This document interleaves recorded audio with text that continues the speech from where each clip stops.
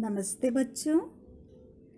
DAV के विद्यालयों में पढ़ाई जाने वाली पुस्तिका नैतिक शिक्षा से आज मैं कक्षा 7वीं के बच्चों को पहला पाठ पढ़ाने जा रही हूँ। पाठ का शीर्षक है ईश स्तुति। ईश स्तुति का अर्थ क्या होता है बच्चों? भगवान की स्तुति करना, प्रार्थना करना, भगवान को याद करना। तो आइए देखते हैं। पहली पंक्ति है, सत्ता तुम्हारी भगवन जग में समा रही है, तेरी दया सुगंधी हर गुल से आ रही है। तो इसमें जो भक्त है वो यह कहना चाहता है कि भगवान, प्रभु, परमात्मा, तुम्हारी सत्ता अर्थात शासन पूरे जग में समा रही है। मतलब यह जो जग है, यह जो संसार है, तुम ही इसे चला रहे हो। जग के कण कण में तुम ही हो। तेरी दया सुगंधी हर गुल से आ रही है। तुम्हारी दया की खुशबू हर गुल से, हर प्राणी से आ रही है। गुल का अर्थ पुष्प होता है, लेकिन तेरी दया सुगंधी हर गुल से, हर जर्रे से, हर फूल से, हर कली से, हर प्राणी से तुम्हारी दया की सुगंधी आ रही है। अगली दो पंक्तियां हैं कि रवि, चंद्र और तारे तूने बनाए सारे, इन सब में ज्योति तेरी एक जगमगा रही है।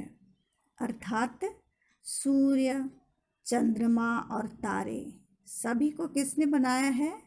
सिर्फ और सिर्फ तूने ही बनाया है, परमात्मा को कहा जा रहा है। और इन सब में ज्योति तेरी एक जगमगा रही है। और इन सब में जो ज्योति है, जो प्रकाश है, वो तुम्हारा ही प्रकाश है, वही जगमगा रहा है। तुम्हारे ही प्रकाश से सभी जगमगा रहे हैं। अगली पंक्तियां हैं कि विस्तृत वसुंधरा पर सागर बहाए तूने, तह जिनकी मोतियों से अब जगमगा रही है। विस्तृत वसुंधरा अर्थात विशाल जो धरती है हमारी, उस पर जो सागर बहाए तूने, जो सागर, जितने भी सागर महासागर हैं, वो सब किसने बहाए हैं?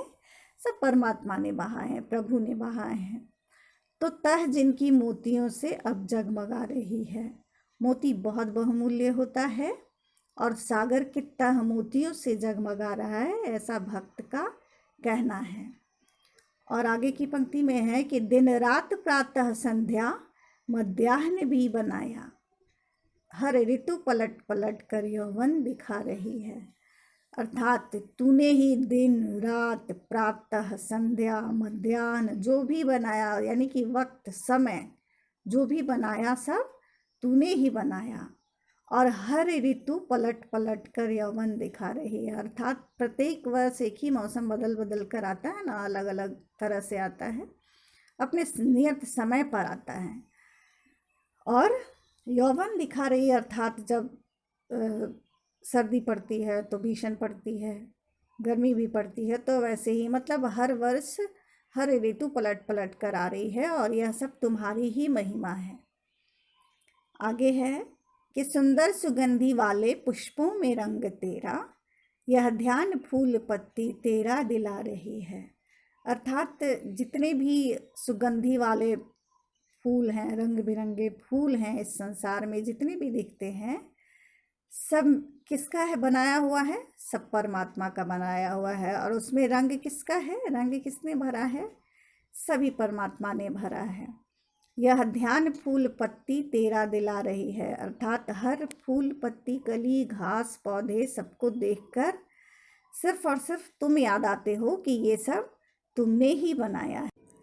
आगे की पंक्तियों में देखते हैं, भक्त कहता है कि हे ब्रह्म विश्वकर्ता, वर्णन हो तेरा कैसे, जल थल में तेरी महिमा हे ईश छा रही है।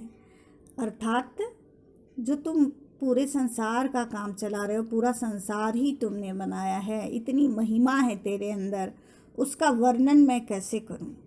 तुम्हारी महिमा तो जल थल में हर जगह, ज़मीन आसमान पानी जल सब जगह तुम्हारी ही महिमा छा रही है। तुम्हारा वर्णन मैं कैसे करूं तुम्हारा वर्णन?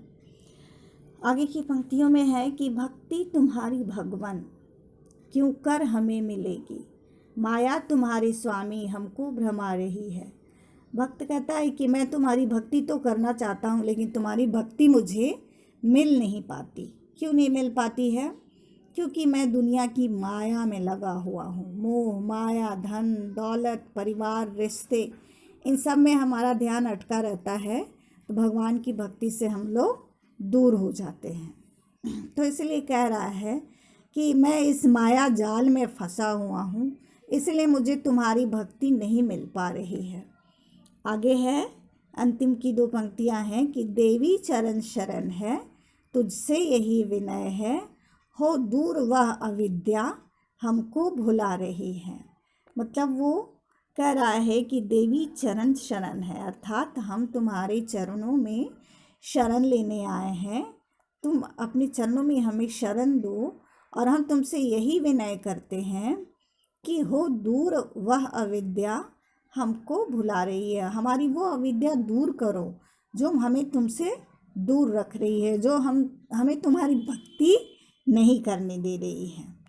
तो इस कविता का, इन पंक्तियों का यही अर्थ था बच्चों। इसको आप लोग फिर से पढ़ेंगे और अच्छी तरह समझेंगे। अच्छा, धन्यवाद।